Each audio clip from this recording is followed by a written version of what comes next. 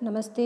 हम पढ़ रहे हैं कक्षा 7 का अध्याय 4 मुग़ल साम्राज्य। इसके पहले हमने अध्याय 3 पढ़ा था, दिल्ली सल्तनत के शासक। ठीक है, तो आज हम अध्याय 4 शुरू करेंगे, मुग़ल साम्राज्य।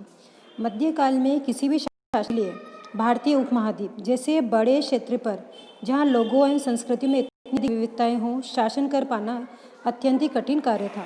मध्यकाल में क्या था, मतलब किसी भी शासक के लिए भारतीय उपमहाद्वीप बहुत बड़ा क्षेत्र है, तो यहाँ पे लोगों के रीति रिवाज भी अलग अलग है, विविधताएं हैं, तो इस पर शासन कर पाना बहुत ही कठिन कार्य था। अपने पूर्ववर्तियों के विपरीत मुगलों ने एक साम्राज्य की स्थापना की और वह कार्य पूरा किया जो अब तक केवल छोटी अवधियों के लिए ही संभव जाना पड़ता था। तो इसके विपरीत क्या हुआ, मुगलों ने क्या करा, एक साम्राज्य की स्थापना की, मतलब पूरे भारत को एक साम्राज्य में, मतलब एक पूरे एक ग्रुप में बनाया और वह कार्य किया जो अब तक केवल छोटी अवधियों के लिए ही संभव जान पड़ता था, मतलब छोटी मोटी समय के लिए ही वो अधिकार कर सकते थे, ऐसा जान पड़ता था। तो 16वीं सदी के उत्तरार्ध से इन्होंने दिल्ली और आगरा से अपने राज्य का विस्तार शुरू किया। तो मुगलों ने कब से विस्तार शुरू किया, 16वीं सदी के उत्तरार्ध, मतलब 16वीं सदी खत्म हो रही थी उस सब से शुरू किया। और कहाँ अधिकार किया, दिल्ली और आगरा से अपने राज्य का विस्तार करना शुरू किया और 17वीं शताब्दी में लगभग संपूर्ण महाद्वीप पर अधिकार प्राप्त कर लिया। और 17वीं शताब्दी तक क्या हुआ, लगभग संपूर्ण महाद्वीप पर उनका क्या हो गया, अधिकार हो गया। ठीक है, तो भारत पे मतलब अधिकार हो गया इनका 17वीं शताब्दी तक। उन्होंने प्रशासन के ढांचे तथा शासन संबंधी जो विचार लागू किए वे उनके राज्य के पतन के बाद भी टिके रहे। तो उन्होंने प्रशासन के ढांचे और शासन संबंधी जो विचार लागू किए वे उनके राज्य के पतन के बाद भी क्या हुआ है, मतलब मुगल साम्राज्य खत्म हो गया उसके बाद भी वो टिके रहे। यह एक ऐसी राजनीतिक धरोहर थी जिसके प्रभाव से उपमहाद्वीप में उनके पश्चात आने वाले शासक अपने को अछूता न रख सके। तो ये क्या, ये एक ऐसी राजनीतिक धरोहर थी जिसके प्रभाव से उनके बाद आने वाले, मतलब मुगल साम्राज्य के बाद आने वाले शासक भी अपने आप को उससे दूर नहीं रख सके। आज भारत के प्रधानमंत्री स्वतंत्रता दिवस पर मुगल शासकों के निवास स्थान दिल्ली के लाल किले की प्राचीर से राष्ट्र को संबोधित करते हैं। ये दिल्ली का लाल किला है, चित्र में आप देख रहे हो। अब मुगल कौन थे, मुगल दो महान शासक वंशों के वंशज थे। माता की ओर से वे मंगोल शासक चंगेज खान जो चीन और मध्य एशिया के भागों पर राज करता था के उत्तराधिकारी थे। तो अब मुगल जो थे ना, दो महान शासकों के वंशज थे, दो जातियों के लोगों से मिलकर मुगल बने थे ये। तो जो माता थी ना, वो तो क्या थी, मंगोल शासक कौन था, चंगेज खान, जो चीन और मध्य एशिया के कुछ भागों पर राज करता था, उनके उत्तराधिकारी थे। ठीक है, और पिता की ओर से वे ईरान, इराक और वर्तमान तुर्की के शासक तैमूर के वंशज थे। तो दो वंश हो गए, एक तो मंगोल शासक चंगेज खान के वंशज हो गए, एक तो मंगोल हो गए और एक तैमूर के वंशज हो गए। तो इनके दो वंशज थे, मंगोल और तैमूर, इन दोनों का मिश्रण से क्या बना था, मुगल बने थे। ठीक है, तो परंतु मुगल अपने को मुगल या मंगोल कहलाना पसंद नहीं करते थे। इसलिए ऐसा इसलिए था क्योंकि चंगेज खान से जुड़ी स्मृतियाँ सैकड़ों व्यक्तियों के नरसंहार से संबंधित थी। वो अपने आप को मंगोल क्यों नहीं कहलाना पसंद करते थे, क्योंकि चंगेज खान जो है ना, इसने लाखों लोगों को, मतलब सैकड़ों लोगों को मारा था। तो एक मतलब गंदी बात ही थी लोगों को मारना, तो ये इसके ऊपर लगा हुआ था इल्ज़ाम, इस कारण वो अपने आप को मंगोल कहना पसंद नहीं करते थे। यह स्मृतियाँ मुगलों के प्रतियोगियों उज़बेकों से संबंधित थी, और जो ये यादें थी ना स्मृतियाँ, ये मुगलों की प्रतियोगी उज़बेकों से संबंधित थी। दूसरी तरफ मुगल तैमूर के वंशज होने पर गर्व का अनुभव करते थे, ज़्यादा इसलिए क्योंकि उनके इस महान पूर्वज ने 1398 में दिल्ली पर कब्जा कर लिया था। तो मुगल अपने आप को किसका वंशज मानते थे, तैमूर का वंशज होने का गर्व अनुभव करते थे। क्यों, क्योंकि जो तैमूर वंश का जो राजा था उसने क्या करा था, 1398 में दिल्ली पर कब्जा कर लिया था।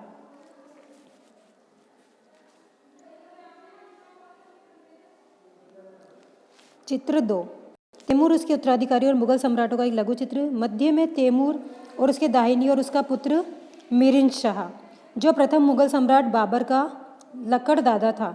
उसके बाद अब अबू सैद, ये बाबर के दादा, तैमूर की बाई और सुल्तान मोहम्मद मिर्जा, बाबर के परदादा, उमर शेख बाबर के पिता हैं। और तैमूर की दाहिनी और तीसरे, चौथे और पाँचवें व्यक्ति मुगल सम्राट बाबर, अकबर और शाहजहाँ हैं। और उसकी दाई और उसी क्रम में हुमायूं, जहांगीर और औरंगजेब हैं।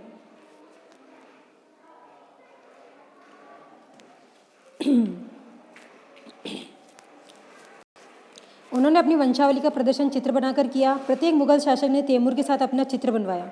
जितने भी मुगल बादशाह थे ना, शासक थे, उन्होंने क्या करा, तैमूर के साथ अपना चित्र बनवाया। चित्र 1 को देखिए, जो तैमूर और मुगलों की समूह की तस्वीर प्रस्तुत करता है। मुगल सैन्य अभियान। प्रथम मुगल शासक कौन था? बाबर। कौन था प्रथम मुगल शासक? सबसे पहले बाबर। कब से कब तक उसका शासनकाल रहा? 1526 से 30 तक। कितने साल? 4 साल। ने जब 1494 में फरगाना राज्य का उत्तराधिकारी प्राप्त किया। ये कौन? जो बाबर जो था ना, बाबर, इसने क्या करा, 1494 में एक राज्य था फरगाना राज्य, यहाँ पर अधिकार किया था, प्राप्त कर लिया था इसने। तो उसकी उम्र कितनी थी? सिर्फ 12 वर्ष की थी। कितनी उम्र थी? 12 वर्ष। तो मंगोलों की दूसरी शाखा उज्बेकों के आक्रमण के कारण उसे अपनी पैतृक गद्दी छोड़नी पड़ी। तो मंगोलों ने क्या करा, मतलब मंगोलों की एक शाखा और थी उज्बेक, उन्होंने इस पर आक्रमण किया। तो उसको, जो बाबर को जो अपने पिता से जो मिला था ना अधिकार, राजा मतलब शासक बनने का, वो छोड़ना पड़ा। अनेक वर्षों तक भटकने के बाद 1504 में काबुल पर कब्जा कर लिया। तो जो बाबर है बहुत साल तक भटकता रहा इधर उधर। फिर 1504 में इसने क्या करा, काबुल पर कब्जा कर लिया। और 1526 में दिल्ली के सुल्तान इब्राहिम लोधी को पानीपत में हराया और दिल्ली और आगरा को अपने कब्जे में कर लिया। तो पानीपत का युद्ध हुआ। पानीपत का युद्ध कब हुआ? 1526 में हुआ। किसके बीच में? दिल्ली के सुल्तान इब्राहिम लोधी और बाबर के बीच में। कहाँ पे? दिल्ली और आगरा को। और इससे क्या हुआ? दिल्ली और आगरा उसके कब्जे में आ गया। तो क्वेश्चन बनता है कि पानीपत का युद्ध कब हुआ? 1526 में हुआ। किस किस के बीच में हुआ? मुगल शासक बाबर और सुल्तान इब्राहिम लोधी के मध्य हुआ। तो फिर इसमें कौन हारा? इब्राहिम लोधी हारा। इब्राहिम लोधी के हारने के बाद मुगल शासक बाबर को कौन से राज्यों पर कब्जा हो गया? तो दिल्ली और आगरा पर उसका अधिकार हो गया। ठीक है, याद रहेगा। तालिका 1 में मुगलों के प्रमुख सैन्य अभियानों को दिखाया गया है। इसे ध्यान से पढ़िए। क्या आप इस लंबे घटनाक्रम की कोई पुनरावृत्ति ढूंढ सकते हैं? उदाहरण के लिए गौर करेंगे कि अफगान मुगल सत्ता के लिए तात्कालिक खतरा थे। मुगलों और अहोम अध्याय 7, सिक्कों अध्याय 8 और 10 और मेवाड़ और मारवाड़ अध्याय 9 के संबंधों पर भी गौर करें। सफाविद ईरान से अकबर और हुमायूं के संबंधों में क्या अंतर था? क्या औरंगजेब के शासनकाल में गोलकुंडा और बीजापुर के अधिग्रहण में दक्कन के युद्ध का अंत हो पाया? तो ये है प्रमुख तालिका 1, उसमें बोल रहा है अपन को देखनी है। तो तालिका 1 में मुगल सम्राट, प्रमुख अभियान और घटनाएं। तो सबसे पहले कौन शासक बना था? कौन बना था? बाबर। 1526 से 1530 तक बन गया शासक। उसके बाद सबसे पहले आपको मैंने बताया ही सही अभी है, 1526 में पानीपत के मैदान में इब्राहिम लोधी और उसके अफगान समर्थकों को हराया। किसने हराया? बाबर ने हराया। दूसरा 1527 में हुआ खानवा में राणा सांगा के बीच में और बाबर के बीच में, खानवा का युद्ध बोला जाता है इसको। 1527 में खानवा जगह का नाम है, राणा सांगा और बाबर के बीच में। तो बाबर ने राजपूत राजा, जो राणा सांगा था ना, राजपूत था, इनको और उसके समर्थकों को हराया। तीसरा युद्ध हुआ 1528 में चंदेरी में राजपूतों, चंदेरी जगह का नाम है, वहाँ पे भी राजपूत राजाओं को हराया और अपनी मृत्यु से पहले दिल्ली और आगरा में मुगल नियंत्रण स्थापित कर लिया। मतलब बाबर की मृत्यु से पहले उसने दिल्ली और आगरा पर मुगलों का अधिकार हो गया। ठीक है, ये बाबर की खास बात है, तो आपको ये याद रखनी है। फिर उसके बाद अगला शासक उसका बेटा था हुमायूं, ये शासक बनेगा। हुमायूं ने अपने पिता की वसीयत के अनुसार जायदाद का बंटवारा किया। प्रत्येक भाई को एक प्रांत मिला। तो हुमायूं ने क्या करा, मतलब पिता से जो जमीन वगैरह जो भी मिली ना, तो इसके और जो भाई थे उन सबको मतलब बराबर का हिस्सा दिया। उसके भाई एक था मिर्जा कामरान की महत्वाकांक्षाओं के कारण हुमायूं अपने अफगान प्रतिद्वंदियों के सामने फीका पड़ गया। शेर खान ने हुमायूं को 2 बार हराया, 1539 में चौसा में और 1540 में कन्नौज में। तो शेर खान था, इसने हुमायूं को 2 बार हराया, एक तो 1539 में चौसा के युद्ध में और 1540 में कन्नौज के युद्ध में। इन पराजयों ने उसे ईरान की ओर भागने को बाध्य किया। ईरान में हुमायूं ने सफाविद शाह की मदद ली। उसने 1555 में दिल्ली पर पुनः कब्जा कर लिया। किसने? हुमायूं ने 1555 में दिल्ली पर वापस कब्जा किया, परंतु उससे अगले वर्ष इस इमारत में एक दुर्घटना में उसकी मृत्यु हो गई। फिर उसका बेटा है अकबर। अकबर जो है ये 13 वर्ष का ही था जब हुमायूं की मृत्यु हुई। तो 13 वर्ष की अल्पायु में अकबर सम्राट बना। उसके शासनकाल को 3 अवधियों में विभाजित किया जा सकता है। उसके शासनकाल को 3 अवधियों में बांटा गया। पहला 1556 और 1570 के मध्य अकबर अपने संरक्षक बैरम खां और अपने घरेलू कर्मचारियों से स्वतंत्र हो गया। 1556 और 70 के मध्य में क्या हुआ, अकबर का जो संरक्षक था कौन, बैरम खान, पिता की मृत्यु हो गई थी तो बैरम खान इसका ध्यान रखता था और उसके जो घरेलू कर्मचारी थे उनसे स्वतंत्र हो गया। उसने सूरी और अन्य अफगानों, निकटवर्ती राज्यों मालवा और गोंडवाना तथा अपने सौतेले भाई मिर्जा हाकिम और उज़्बेकों के विद्रोह को दबाने के लिए सैन्य अभियान चलाए। कब चलाए, 1556 और 1570 के मध्य। बैरम खान और घरेलू कर्मचारियों से मुक्त हो गया और उसने सूरी, अफगान, ये जातियों के नाम है, सूरी, अफगान, उसके आसपास के जो राज्य थे, मालवा राज्य है, गोंडवाना प्रदेश है, और उसके जो सौतेला भाई था मिर्जा हाकिम, और उज़्बेकों के विद्रोह को दबाने के लिए, उज़्बेक मंगोलों की एक जाति थी, वंश था, इसको विद्रोह को दबाने के लिए उसने क्या करा, सैन्य अभियान चलाए, सैनिकों को भेजा। 1568 में सिसोदियों की राजधानी चित्तौड़ और 1569 में रणथंभौर पर भी उसने कब्जा कर लिया। एक अभियान ये हो गया। दूसरा, 1570 और 1585 के मध्य गुजरात के विरुद्ध सैनिक अभियान हुए। इन अभियानों के पश्चात उसने पूर्व में बिहार, बंगाल और उड़ीसा में अभियान चलाए। तो 1570 और 1585 के मध्य गुजरात के विरुद्ध सैनिक अभियान चलाए। पहला तो चलाया उसने कब से कब तक, कब से चलाया, 1556 और 1570 के मध्य। दूसरा चलाया 1570 और 1585 के मध्य। किसके विरुद्ध चलाए, गुजरात के विरुद्ध चलाए।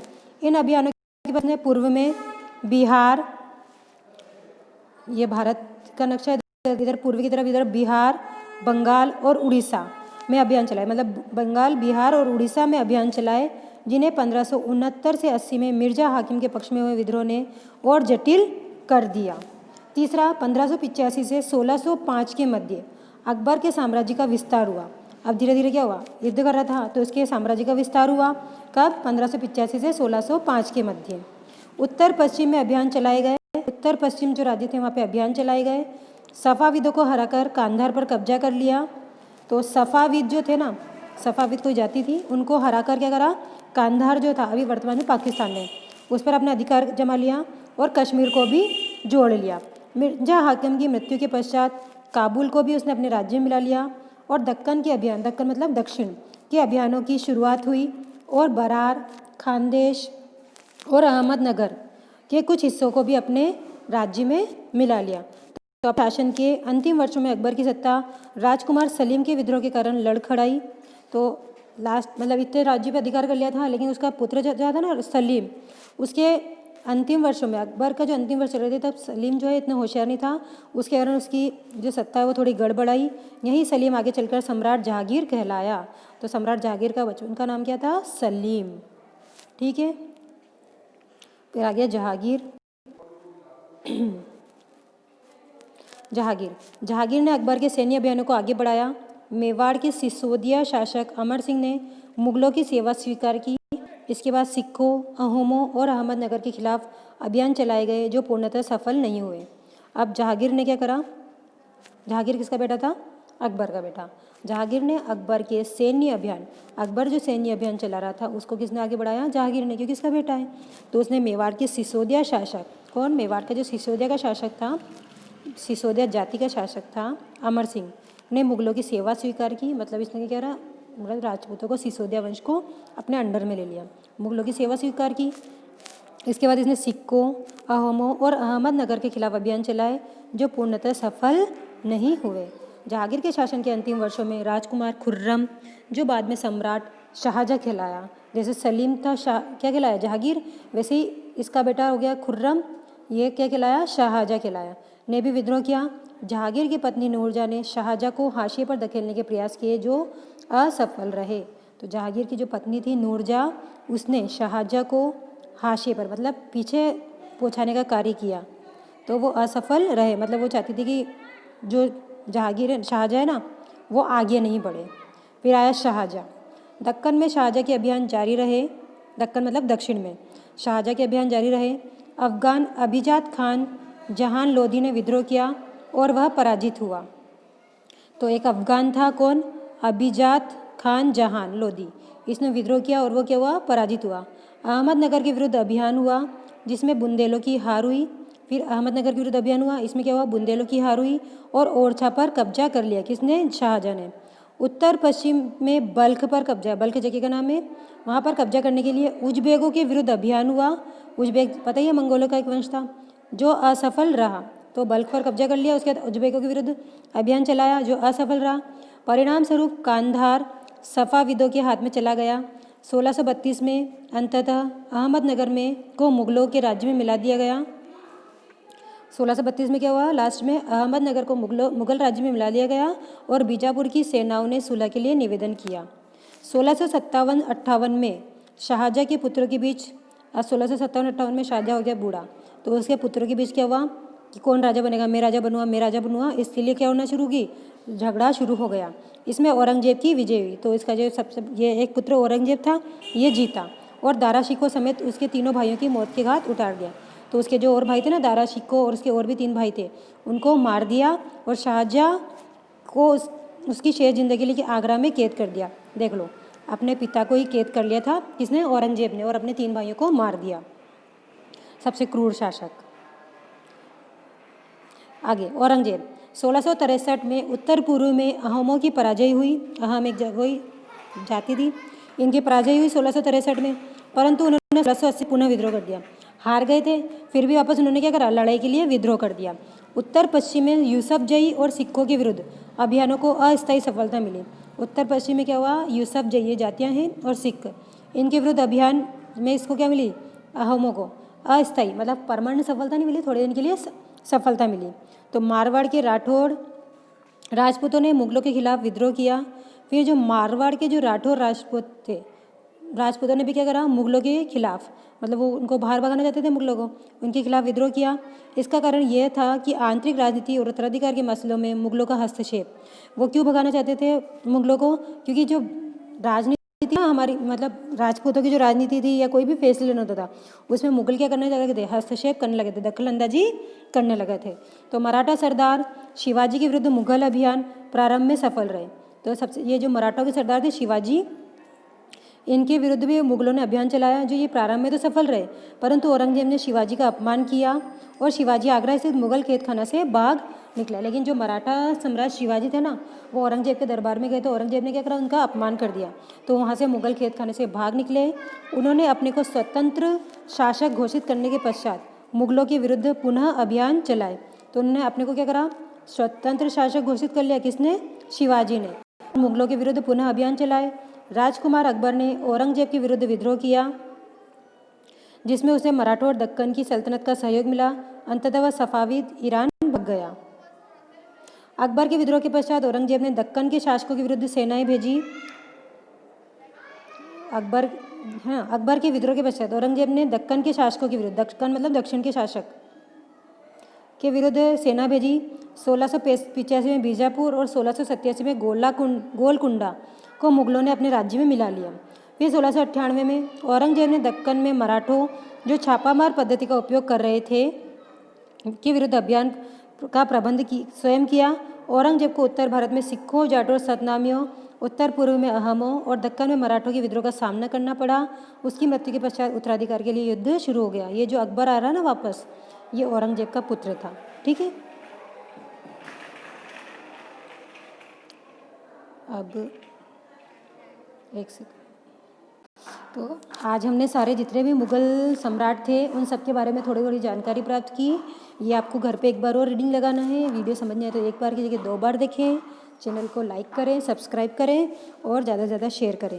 इसके आगे का हम नेक्स्ट वीडियो में पढ़ेंगे। ठीक है, थैंक यू।